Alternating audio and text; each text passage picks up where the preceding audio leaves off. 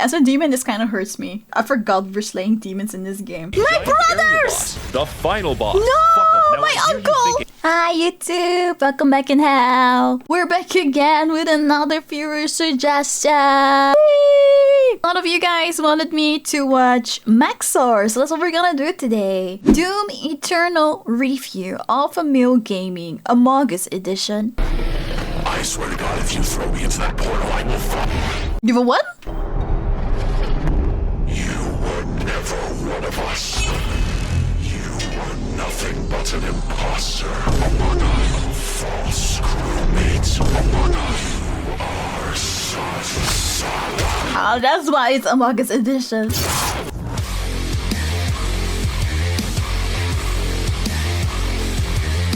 Doom Eternal is a game with so much testosterone dripping from its orifices that it caused me to create a son via mitosis. In this adventure, you play as John Doom, a man stricken with irrationally severe autism who does not consider or think through his actions and effects on other people. And in his quest to save mankind, kills God, and Satan God, who is also himself, if this. Doesn't mean that he's God now? A God? Depth and engaging, hardcore male gameplay sounds appealing, then I've got the game for you. This game is of course the sequel to the critically acclaimed Doom 2016 with a few key differences. Alright then, buddy.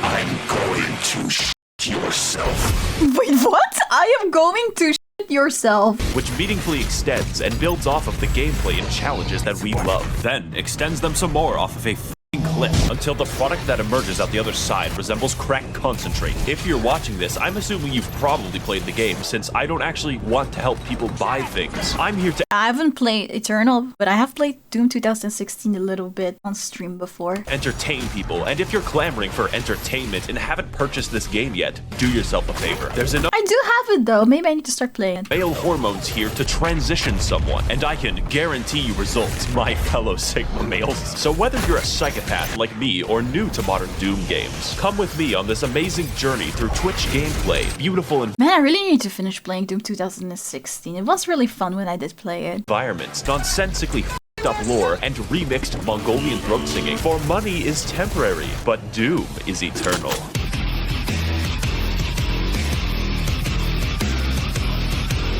I would say that Doom Eternal's gameplay is quite unique, and not for the reasons that you would think. Everything in Doom Eternal is funneled directly into a single, robust, multifaceted, multinational, and unilaterally combat system, from which the entire game is built around. But Max0r, I hear you thinking, that's every game ever. Yes. I actually wasn't thinking at all.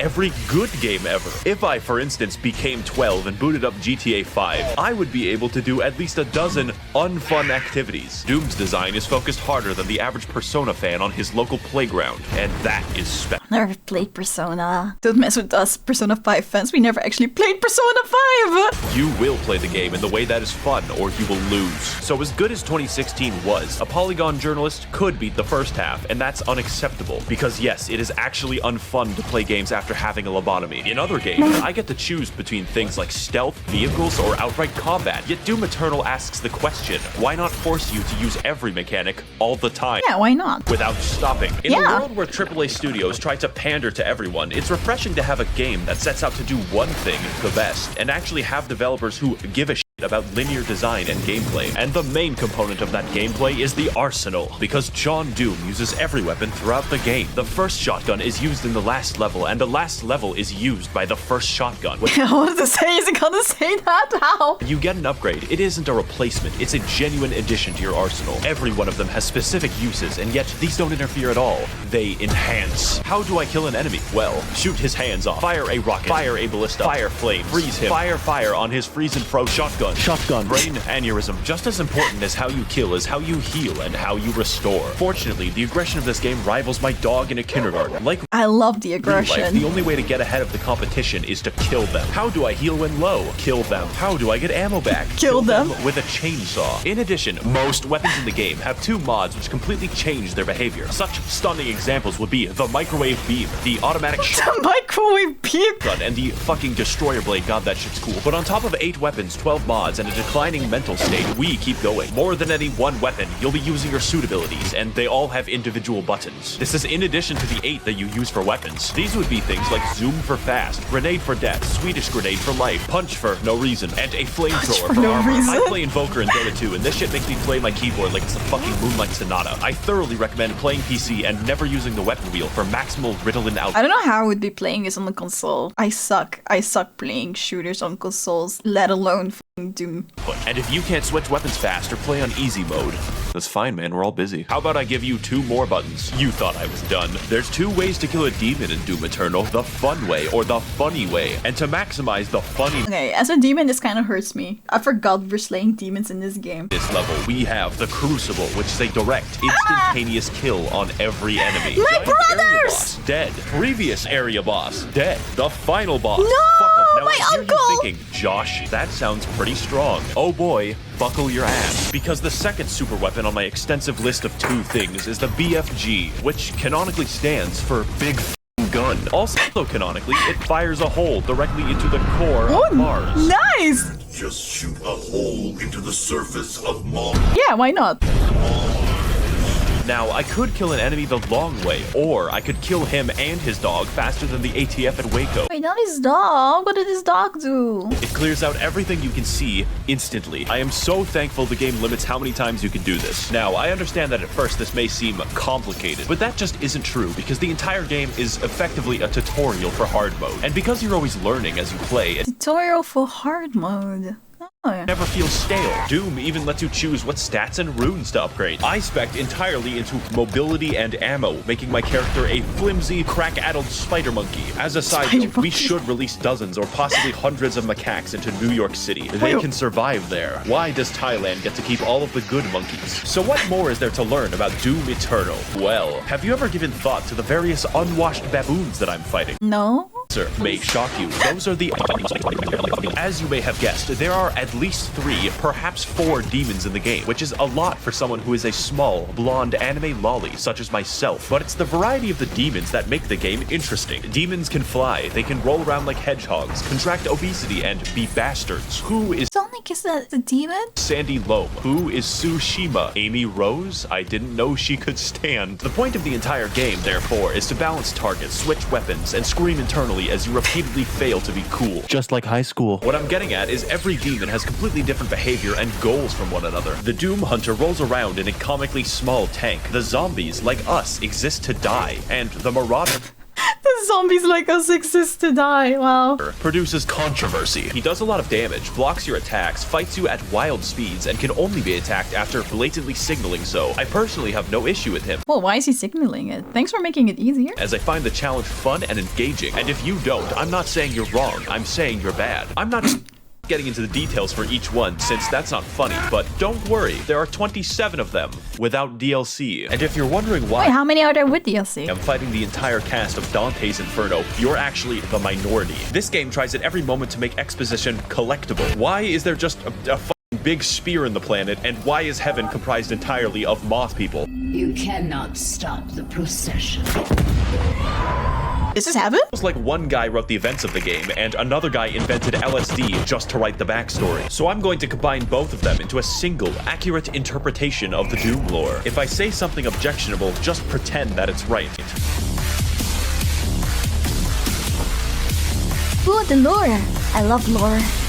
1 Brazilian years ago, there was 1 Brazilian years? a guy named The Dad who was effectively God, and he made moths in lamp heaven called the Makers. Every 10,000 years, all moths combine their collective consciousness into one gigamoth called the Khan Maker, who is the Moth Pope. So the moths rule over the galaxy, sort of, until Earth happens, and then we start f***ing everything up. The Moth Pope finds John Doom after a spree of murders, and he explains to her that yes, hell exists. It's weird that humans knew about hell before God. I wanted to say like, wait, how did they not know about hell? Anyways, the Moth Pope, after finding out that hell is real, very reasonably decides to sacrifice a planet to it. See, it turns out that God literally pieced the out like 10 million years ago and let the moth do whatever they wanted. So now the Con Maker cannot be replaced and cannot die, so she sort of goes insane from the constant immortality. Now the plan is to get some of that sweet hell energy by repeatedly sacrificing entire planets to the Dark Lord in exchange for it. Meanwhile, a sentient robot named Samuel Hayden is very busy on Mars. Earth has this problem called climate change, and we need to find a new energy source. So instead of something hard and difficult like solar power, Samuel Hayden is like, what if we extract this cool blue energy from hell?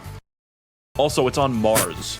Wow. Earth does this until hell begins breaking into Mars and John Doom stops them, which is the plot of Doom 2016. This makes Samuel Hayden mad because he's funded by the Koch brothers and really doesn't want to build a windmill. So instead of destroying the demonic crucible, he just brings it back to Earth. So that's the reason that we're doing all of this? And catapults John Doom into the backstory planet. If you think that sounds unreasonable, just remember that we considered blotting out the sun before building a f***ing solar panel. I only poo-poo farted for the good of humanity. Unsurprisingly, demons invade to recycle Earth into blue energy for the Moth Pope, so John Doom has to fight both Catholics and hell. And as you go through the game, you might notice that it just brings up random shit at will, like, oh sorry, the Soul Factory is being held there by 2 gigantic titans, and it's like, okay, I guess Attack on Titan is real now. Doomslayer, you'll need this knife to kill my son. Oh shit, what'd he do? He's the Giant uncontrollable demon titan. The plot of the main game, to understate it, is psychotic, and acts as an increasing checklist of galactically convoluted tasks. Just in this one game, John Doom finds an ancient city like 3 times, goes to the North Pole to kill Santa, fights Croatia, Not Santa, no! does a little trolling, does a little cockfighting, invades heaven, and permanently kills God, but we'll get back to that. Doom 2016 took place on Mars, but this game has you slung around the universe on a bungee cord, so I understand completely when people say they don't play Doom Eternal for the plot. They're just wrong. I play Doom Eternal for the plot, and that might sound strange to you, but Eternal's plot is pure insanity, and it does everything that it needs to. We are painfully aware that the plot exists as a contrivance because the environmental designer went ballistic. I just don't care. I played every single level, gleefully wondering, oh boy, what stupid shit is next? I cannot wait. So play the game for the plot. It is integral to the experience of Doom Eternal. Oh, but Max0r, there's a plot hole. How did the Doomslayer get the first? Everything I've said so far, except some of it, applies in full partially to the base game. But there's $40 redos of DLC where the gameplay is faster, the challenge harder, and the plot somehow even worse in all the right departments. 2016 was a walk. Eternal is Usain Bolt, and the ancient gods is fucking Venezuelan inflation. You thought it was over when John Doom beat the demons and destroyed all of heaven, but you were wrong. That's just the beginning. And with both parts of the DLC now fully out, my recommendation cannot be understated. Let's get into why, and more importantly, what. The ancient gods. Oh my god, there are more gods! This section of the video is going to be different, far more structural, and aligned with the plot of the DLC. Because the gameplay isn't what's new about the product, it's the challenge and the story. I originally wrote an entire script for this and then trashed it because it doesn't truly communicate how this DLC drove me to insanity, and I hard cope by simping for 2D women. I will tell you if there's a very big gameplay change, but the point of the DLC is more of what's amazing. If you like Doom Eternal, you will like the DLC. Period. Okay, so Samuel Hayden, you might know him for his various appearances on political YouTube debates advocating for carbon positivity. It turns out that he's not a robot, he's a f***ing angel. Also, what? John Doom's Alexa is God. That's not a joke or exaggeration. His name is Vega, and he is the physical remnant of God's consciousness in AI form. So Samuel, now a divine being, wants you to revive him since both God and Satan are trapped in volleyballs. At this point, the video can't count as spoilers because it makes no sense. The first DLC is essentially trolling because you kill God. Why? Well, obviously to revive Satan, exclusively so you can fight him. We killed God to fight Satan? Of particular note here on the gameplay side is the final boss, who is Samuel Hayden, because holy shit, this fight He's actually evil? It is hard. Also, the premise is ridiculous, and my enjoyment of the game is hurt by neither. Every aspect of this is speedy, fun, and everything else I've already said about the game in general. And when you finally beat Samuel and revive the Dark Lord, it turns out he's you. I knew it. I knew I was the Dark Lord. Yeah. The only thing in the world that could possibly kill John Doom. Himself. No blood can be seen in this holy blood.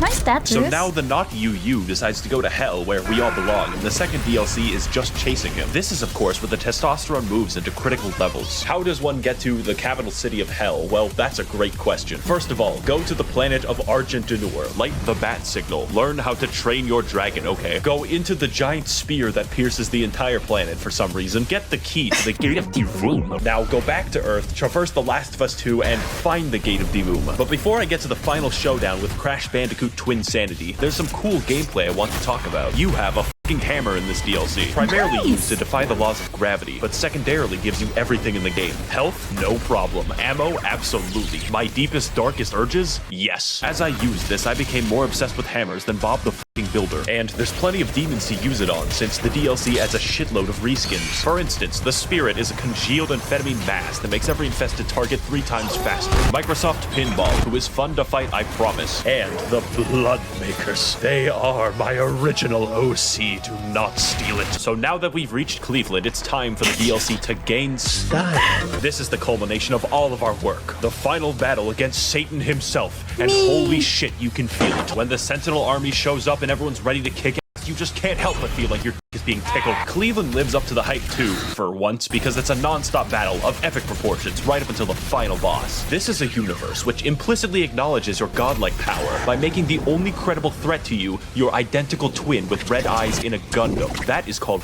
gameplay, and it's a beautiful send-off right up until the man himself, who awkwardly waddles around the arena like a penguin, but that's fine, the fight is still cool. Penguins are cute. Wow, you know, it's so sad that Steve Jobs died of Ligma. Who the hell is Steve Jobs? Ligma balls. Got him! Bro! Now, before we defenestrate, there's a few details I want to talk about that truly complete this game, make it a real 10 out of good. Firstly, I would classify the music of this game as metal without guitars, and I f***ing dig it so much. How do you make metal without a guitar? Well, you sample Mongolian throat singing and your lawnmower.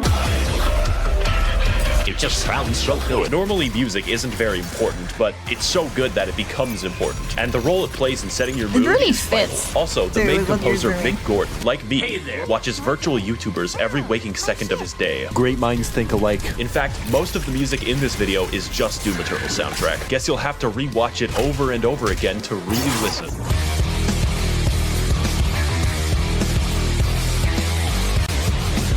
Finally, this game looks really good. Not in a, oh wow, look at all these particles I'm stroking out way. It's more like, how does literally anyone have time to model all of the geometry in the game? It is unreal. It is so downright inspired that it makes you feel bad while playing it. Doom Eternal is such a fast and pulse-pounding game that it's like sprinting through the Louvre. How am I supposed to appreciate the Mona Lisa when it looks like this? Should you buy the game? Yes, I am very biased. If speed and action is what you crave and you want to induce cardiac arrest early, this is your game. I would like to thank the Demonic Brotherhood funding this channel in exchange for their souls. If you would like to engage in blood sacrifice on my behalf, you can head to my Patreon to learn more. Thank you all for watching, and of course, run, they're coming. Hi, thank you for watching my video. If you enjoyed it, please make sure that you like and subscribe to the channel so you can see more. I also stream live on Twitch, so come join us sometimes. Thank you and bye!